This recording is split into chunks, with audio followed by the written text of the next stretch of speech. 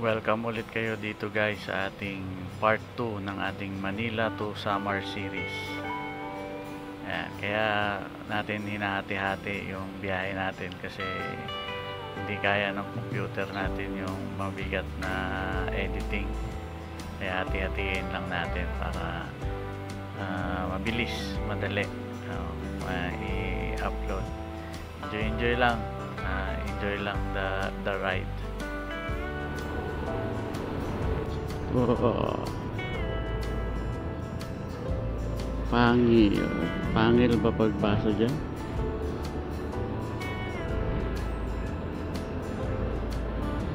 Pangil.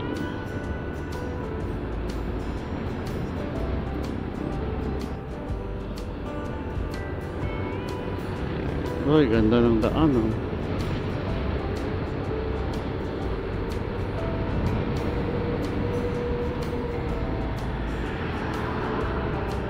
Medyo pataas to, ah.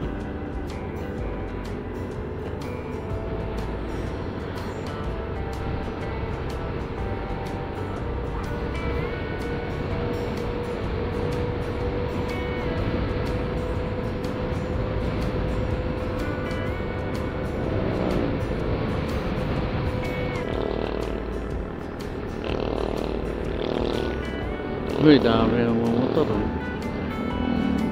NMAX tsaka ADB.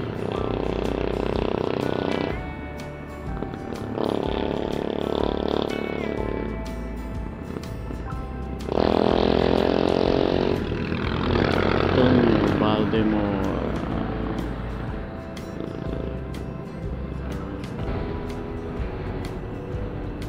Kalayaan.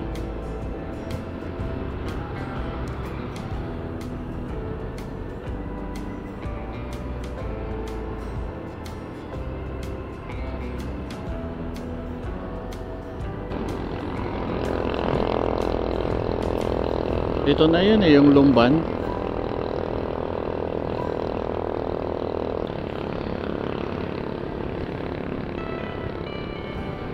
Welcome to Kalayaan.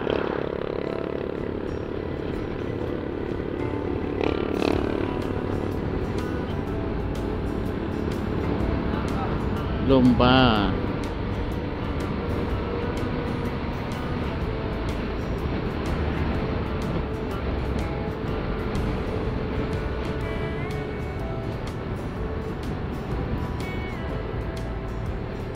Pababa.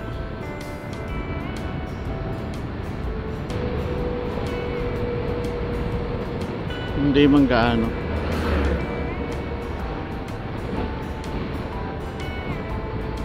Pag ano lang naka-stop yung iuurong,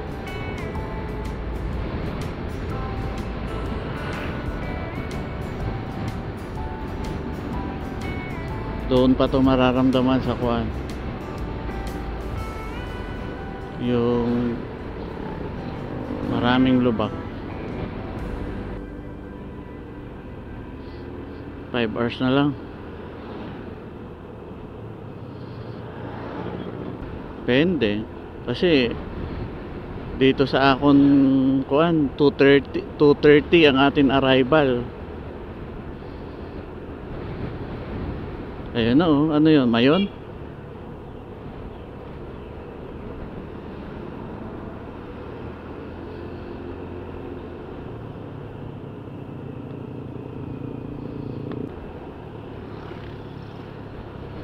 May extend pa yun, eh. Baka nga gabihin na dumating dito sa kuwan, eh. Pero at least mas mahaba ang atong unang kuan.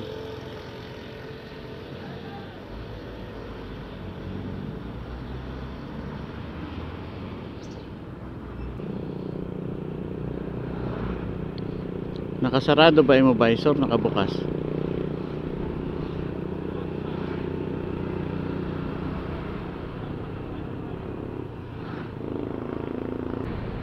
Bayan pa pala to. Wala pang ano dito, bypass.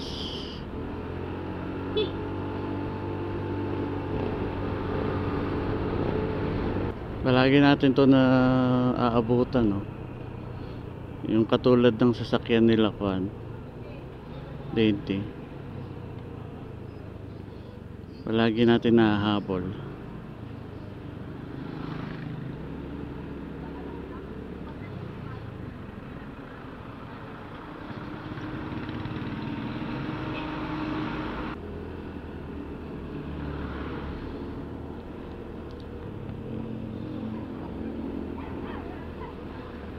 Ba't dito tayo pinadaan?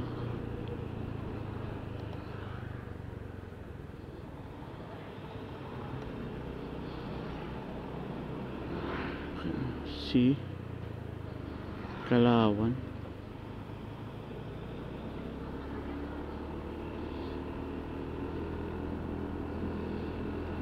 Five hours pa rin.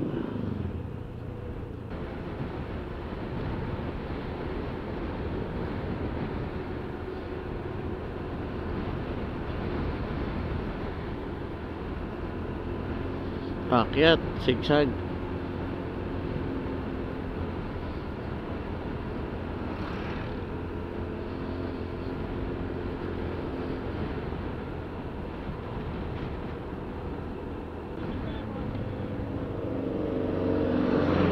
Sakit. Kuan, sobrang higpit sa kaliwa.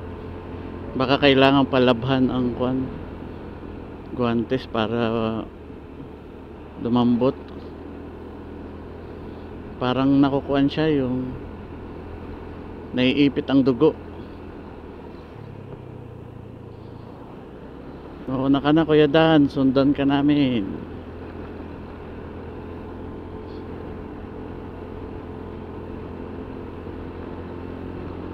Nainitan ka ba? Uy.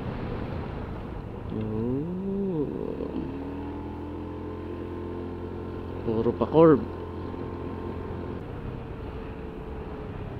Kabinte.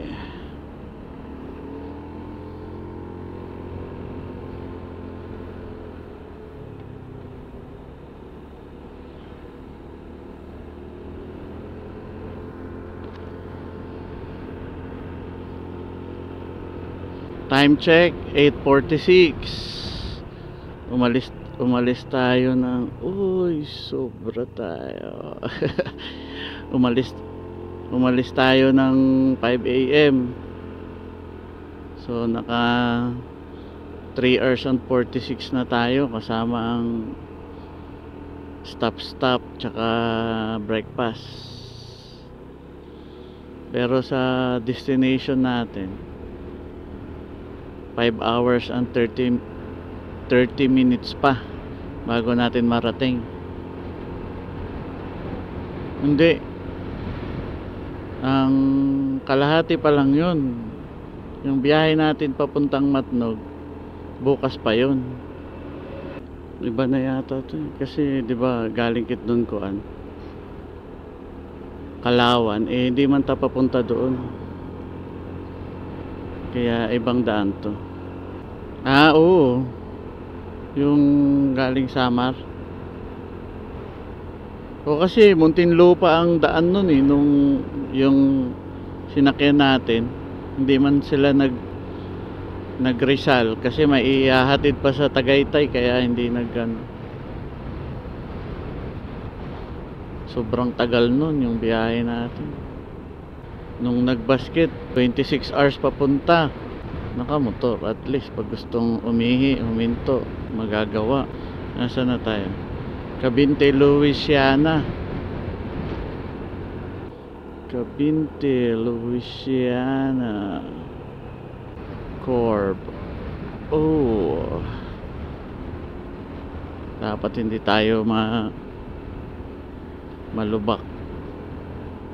Yung hindi tayo makadaan sa lubak. Kasi pag napadaan tayo sa lubak, mabigat ang likod natin. Baka mabali yung pinaglalagyan ng bracket. Ha? Hanap ko kuan.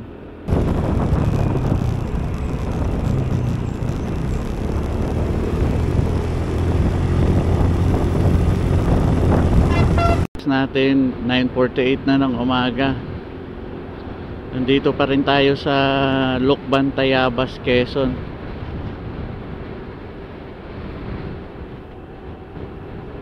Medyo mahirap yung daan dyan sa may Lucban Diversion Road. Maraming mga asfalto na niremedyohan lang, kaya bumubukol yung daan. Uy, mukhang uulan ah. Tumidilim. Sana hindi tayo ulanin. So 4 hours and bumalik sa 5 hours. Ayan.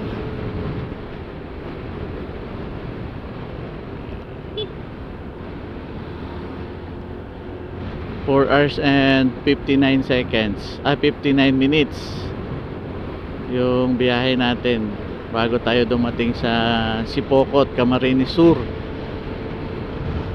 Hanggang plano namin hanggang Sipocot lang muna kami, kasi simula Sipocot hanggang Matnog mga 5 hours na lang yon. Tapos sasakay kami ng barko, tatawid ng Allen. Malapit na yun sa amin, kaya at least mas mahaba yung biyahe namin sa unang araw. Tapos makapagpahinga ng gabi, biyahe ulit madaling araw kung kakayanin bumangon. Hey, so dito na tayo ngayon sa Lucban pa rin to. Lucban, Tayabas Road. Medyo malamig yung dito pag dumadampi yung hangin sa balat mo, masarap sa pakiramdam. Pag ganito yung klima, hindi nakakapagod sa biyahe. Ayan, so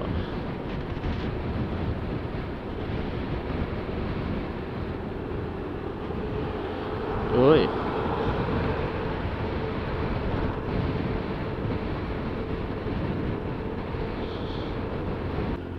nasa Tayabas Road. So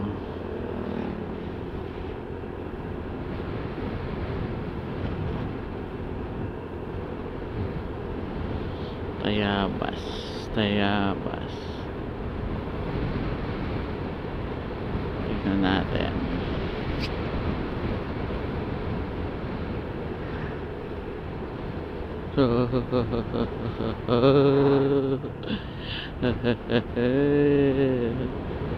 Ayun,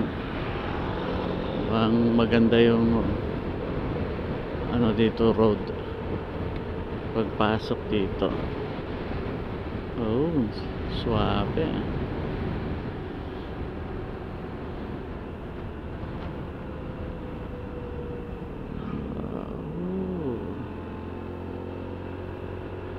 Special bibingka bypass. Yung bypass palang tawag dito. Dito tayo ngayon sa Tayabas Bypass Road kasi mas maganda yung daan, wala masyadong sasakyan. So ito, let's go. Ilang kilometer to? 5 kilometers lang naman.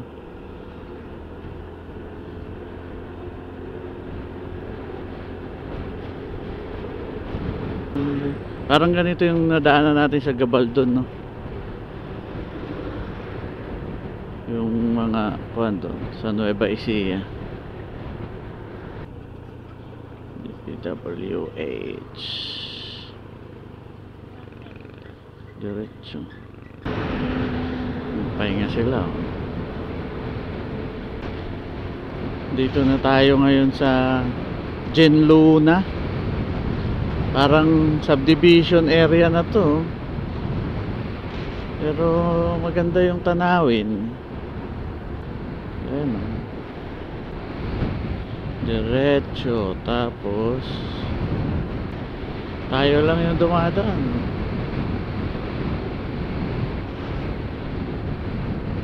Kakanan.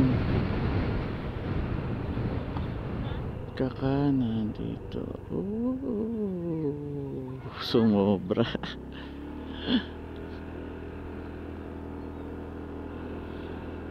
Jen Luna.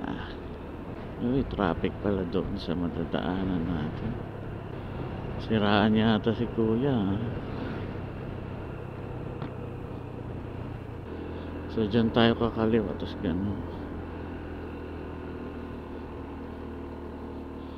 Medyo bayan-bayan na pala to. Kita na yung dagat to. Yeah. Oo. Ayun o. Ay, ito. Clouds pala. Parang naalala ko to dito. Dinaanan natin to nung nag-ban. Oh.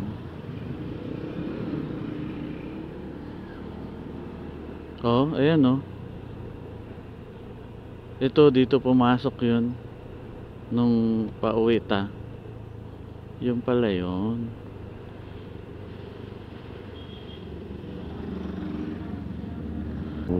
Isang linggo. Ay, sarap.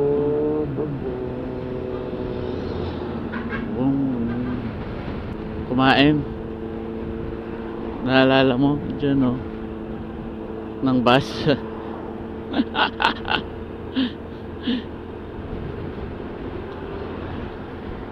Pagbilaw pala, pagbilaw. Akalain mo yon oh.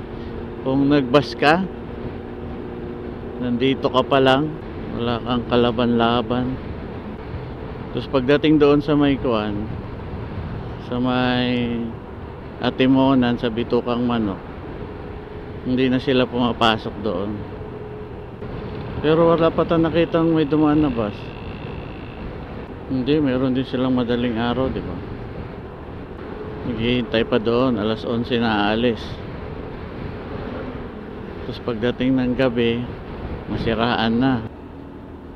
Mahirap bumuntot dito sa mga malalaking sasakyan. Kasi kapag may iniwasan silang lubak, hindi mo makita, ikaw ang sasalo ng lubak.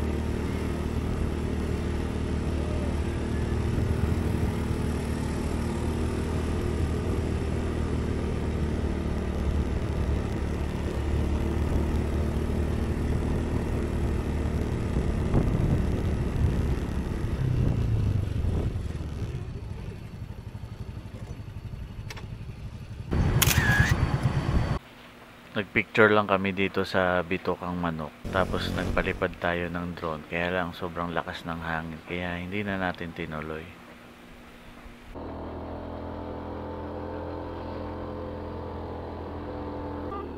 Ha? Unlock?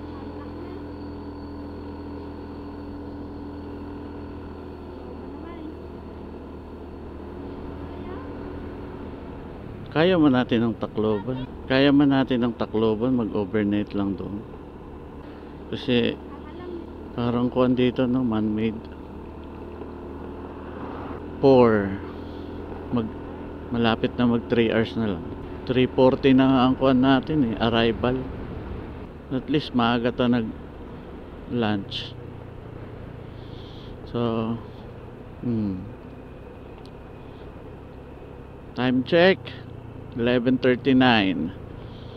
Kakatapos lang namin mag lunch. Mahal pala doon yung mga ulam nila. So gumastos tayo ng 250. Dalawa kami. Dalawat kalahating kanin. Dalawang ulam. Soft drinks. Yun lang, 250 agad. Kaya makita nyo na yung total so far ng gastos natin. Simula Quezon City hanggang Bitukang Manok. Yung mga daan dito, ayan ang daming mga yung mapagpanggap, yung akala mo anino pero lubak pala. Kaya matagtag. Palapit na tayo sa pinakamalubak na daanan pag biyaheng Bicol, yung Tagkawayan. Pag napadaan tayo sa Tagkawayan, malalalim daw doon yung lubak. Kaya lalo na dito din accident prone area din. Kaya pag nagbibiyahe kayo dito, lalo na pag gabi, nako, mag-ingat kayo kasi mahirap siyang makita. Parang ito yung park nila, parang yung tulad sa Bohol na Eco Park din, na pang pwede magpahinga, magpahangin. Mahirap dito guys. Yan aray. Mahirap. Oo, mahirap dito pag gabi. Ayan akala mo maganda yung daan kasi may anino, pero pag nadaanan mo na, sobrang lubak. Aray, mga lubak.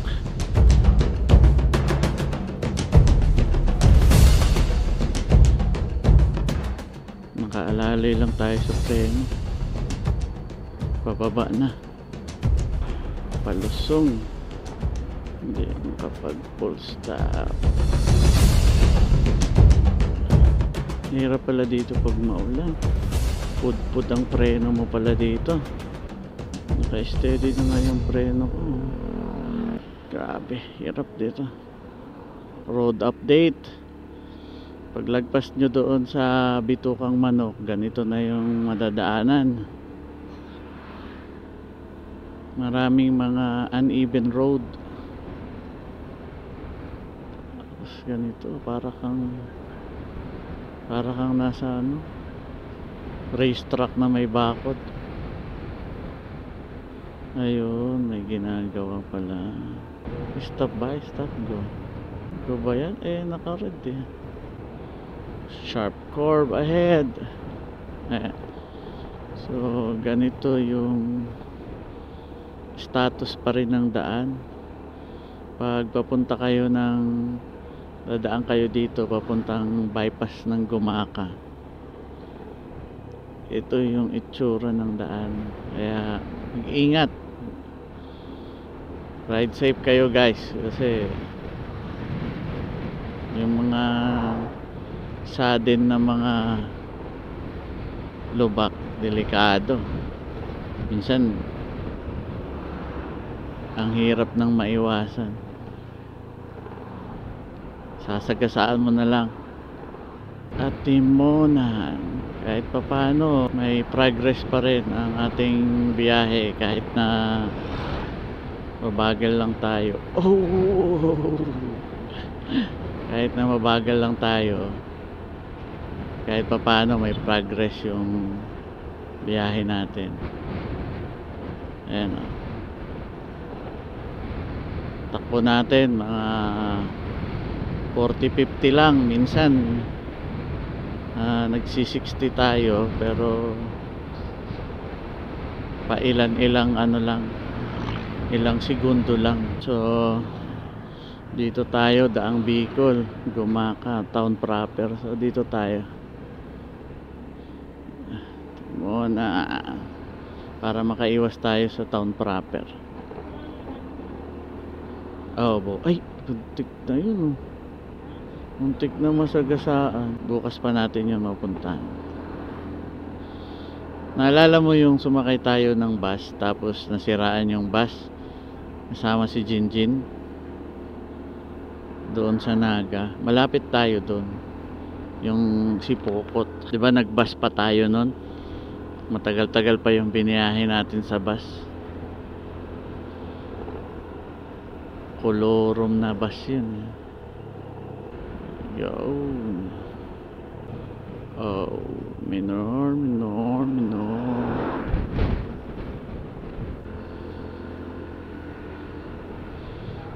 Intersection.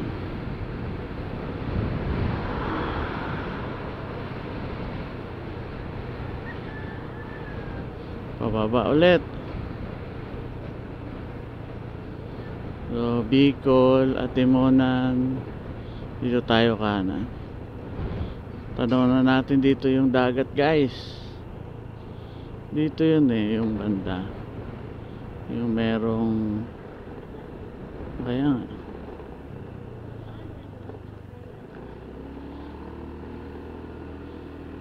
Saan? Ay, ganda ng dagat, oh.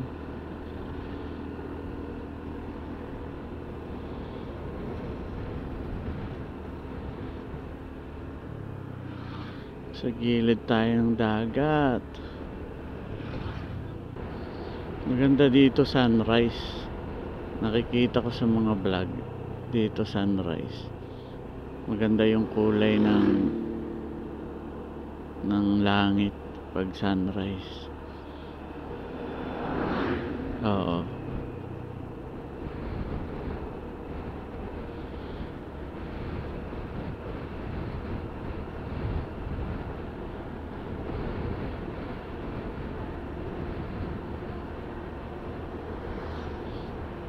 May dagat.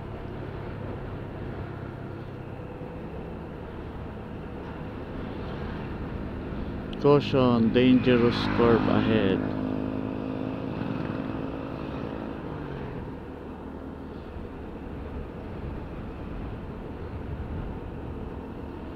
Swabing takbuhan lang.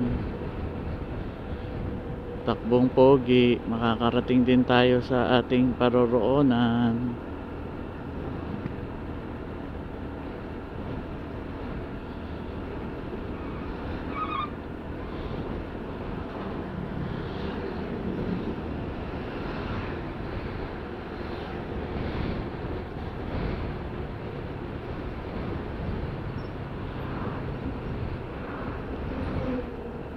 Sa probinsya din namin, guys, sa Calbayog, maraming ganyan yung dagat na nasa gilid ng kalsada.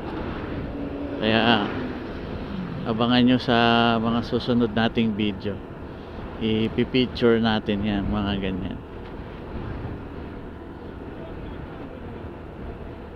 Ha? Oo, mayroon din.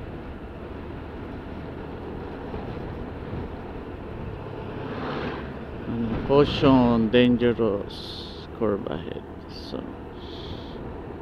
yun, oh. Sarap maligo sa dagat, mainit lang. Pero pag hapon, mga alas 5. Oh, accident prone. Oh.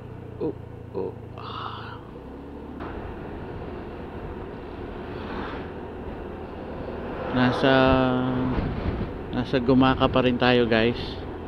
Ang oras natin ngayon ay 12:30. Estimated arrival natin ay 3:50, so mga 4 PM. So mga a-adjust pa ulit yan kasi mag-i-stop pa tayo. Ayan, oh.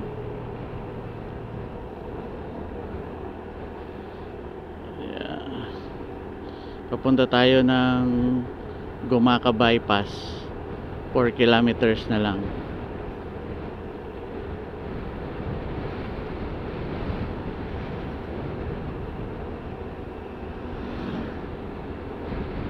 Ayan o. Oh. Sarap ng dagat.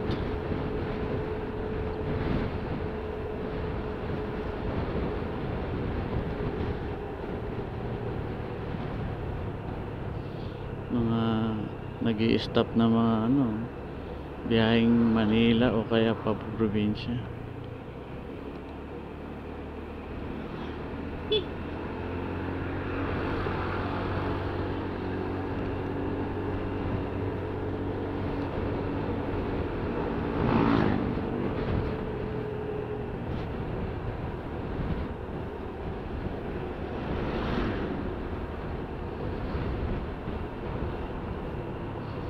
Oh, ito yung sinasabi ko sa inyo guys na mag-ingat kayo dito. Grabe, maraming na-aksidente dito eh. Oh. Kahit mga four wheels, maingat sila dyan kasi either masira yung sasakyan mo dyan o titilapon ka dyan. Di ko napansin kung may warning sign sila na nilagay.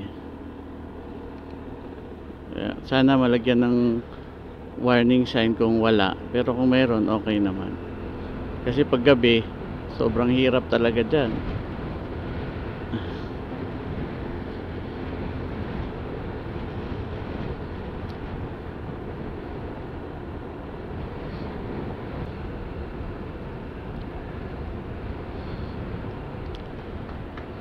Dito na tayo sa Gumaca Bypass. 400 meters. Gumaca Bypass na. Oh, sobra tayo dito. To Gumaca. Oh, ayos.